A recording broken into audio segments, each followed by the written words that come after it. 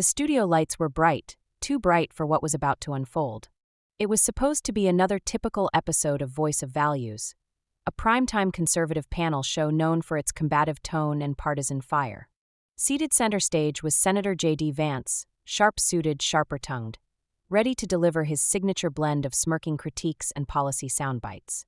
Across from him, in calm contrast, sat Congresswoman Jasmine Crockett. Her posture was composed, her hands folded gently, her expression unreadable. The evening's topic? Intelligence, representation, and whether emotional expression has a place in national leadership. Then it happened. "You were held back in second grade, weren't you?"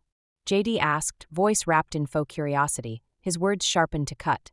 "I think America should expect more from those who sit in Congress." The studio went still. It wasn't just a jab. It was a surgical strike aimed not at policy, but personhood. Jasmine didn't flinch. She didn't laugh. She didn't cry.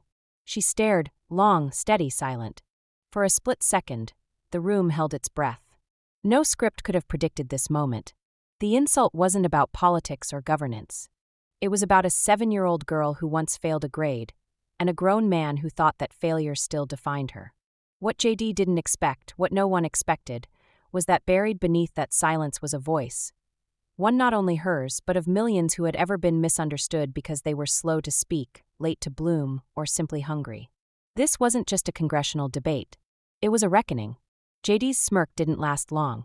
Within seconds, the tone of the evening began to shift. Jasmine didn't respond immediately.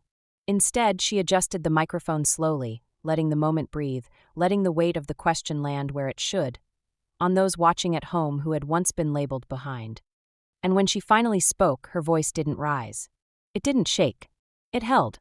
"Yes," she said, "I did repeat second grade. But no one asked why I didn't turn in my homework. No one asked why I was falling asleep in class. No one asked anything at all." She looked straight into the camera then, bypassing the senator entirely. Her words weren't defensive, they were declarative. Not just for herself, but for every child who had ever been underestimated, not because they lacked potential, but because their circumstances stole the space to show it. Across living rooms and phones and silent cafes, viewers leaned in. Something real was happening. Something unfiltered. It wasn't political theater, it was memory, raw and unrehearsed, rising like a tide. And in that moment, JD Vance's insult became something else entirely, a doorway. A doorway to a conversation this country has avoided for far too long. Not about grades or credentials, but about empathy, equity, and what it really means to deserve a seat at the table. Because the truth is, a second-grade report card doesn't predict greatness. But silence in the face of cruelty? That predicts everything. The atmosphere in the studio had shifted. Gone was the smug laughter from JD Vance's earlier remarks. Gone was the usual rhythm of panel show banter. In its place was something heavier, denser. A collective pause as Jasmine Crockett peeled back a piece of her past not to gain sympathy, but to demand understanding. "I wasn't slow," she said quietly. "I was tired. I was hungry. My mother worked nights. Our power was often cut. Homework? That was a luxury between empty stomachs and cold mornings." No one interrupted. JD tried to recover. He sat up straighter, the smug edge returning to his voice. "Congress requires logic, not lived experiences. Policy, not personal tales." Jasmine leaned forward. "And how do you write policy for people you refuse to understand?" A low murmur spread across the audience. It wasn't just support, it was recognition. Some weren't clapping, but their eyes told stories too. Of childhoods overlooked, of teachers who never asked the right questions, of battles fought far from the camera lights. JD's strategy began to falter. So he doubled down. "You claim to speak for the disadvantaged, but isn't it dangerous to elevate struggle as a qualification for power?" he asked. Jasmine smiled, not to dismiss but to steady herself. "It's dangerous to pretend that power without struggle leads to empathy. I don't tell my story to be pitted.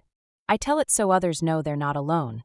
Just then, a voice echoed from the back of the studio. It was Miss Ruth. Calling in by phone, her voice was soft, weathered by age but firm with truth. "I tutored Jasmine Crockett in second grade," she said. "She wasn't slow. She was starving. No one had asked why she never turned in her work. Until one day I did. And what I learned changed everything." The studio fell silent again. "She didn't need a different school," Miss Ruth continued. "She needed food." JD's face paled.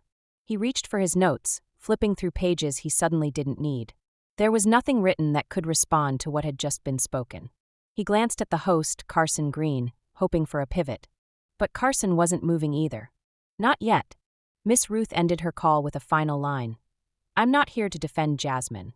I'm here to remind you, intelligence isn't just about speed. It's about showing up, even when no one believes in you. It was a blow no policy paper could soften. Jasmine then did something no one expected. She reached into her bag and pulled out a laminated sheet of paper. Yellowed at the corners. Time-worn. Real. This, she said, is from my second grade file. A note from my teacher. This child doesn't need a new school. She needs food. I've kept it for 25 years. Not because I was ashamed, but because I didn't think anyone would care. And then she placed it gently near the microphone. Not to dramatize, not to manipulate, but to show, to offer the proof that some stories don't need to be rewritten. They just need to be heard. JD didn't speak. His argument, his entire premise, had turned against him. What began as a calculated jab about academic failure had transformed into a national conversation about educational equity, childhood poverty, and the quiet resilience of those the system forgot. No longer was this a debate about qualifications. It was a confrontation with conscience. Because sometimes the most powerful legislation begins not with a bill, but with a question never asked. Why didn't you do your homework? The days that followed were unlike anything Congress, or the media, had expected. Jasmine Crockett didn't issue a press release. She didn't appear on every Sunday show to defend her dignity. She simply posted a photo. It was the laminated paper she had held on air. The same teacher's note, scanned and posted alongside a blank sheet titled, "To every second grader who's ever felt invisible, you're not." The image, with no flashy filters, no hashtags, was shared over 200,000 times in 24 hours. Meanwhile, JD Vance went silent. His office issued a terse, non-committal statement about valuing educational standards and open debate. But the public wasn't debating policy anymore. They were debating the soul of representation, what it means to truly know the people you claim to serve. The impact was immediate and surprising. In Mississippi, a teacher printed the quote, "She wasn't slow. She was hungry." No one asked why, and pinned it to every classroom door. In Kentucky, a principal rewrote the school handbook to include a question at the top of every referral form. Have we asked what this child needs? Even conservative commentators, some of whom had initially mocked Jasmine's emotional appeal, began to backtrack. One talk show host, Chad Kinter, said on air, "I once interviewed Miss Ruth. She's not some plant or actor. She's the real deal. And if she says Jasmine was hungry, I believe her." But the most unexpected moment came when a 2016 video clip of JD Vance resurfaced. In it, while promoting his memoir Hillbilly Elegy, he broke down recalling his own childhood, saying, "I wasn't lazy. I was hungry. And I didn't know if asking for food was something to be ashamed of." The internet exploded. The same phrase. The same pain. The only difference? Back then, JD expected understanding. Now he had turned another child's hunger into a punchline. A TikTok user posted a split screen of both quotes, JD's and Jasmine's, asking, "What changed?" Because it wasn't the hunger. Public opinion shifted. Not completely. Not unanimously. But enough to ignite a movement not led by hashtags or politicians, but by people. Teachers. Parents. Students.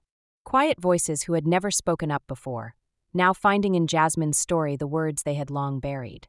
And Jasmine? She didn't capitalize on the moment.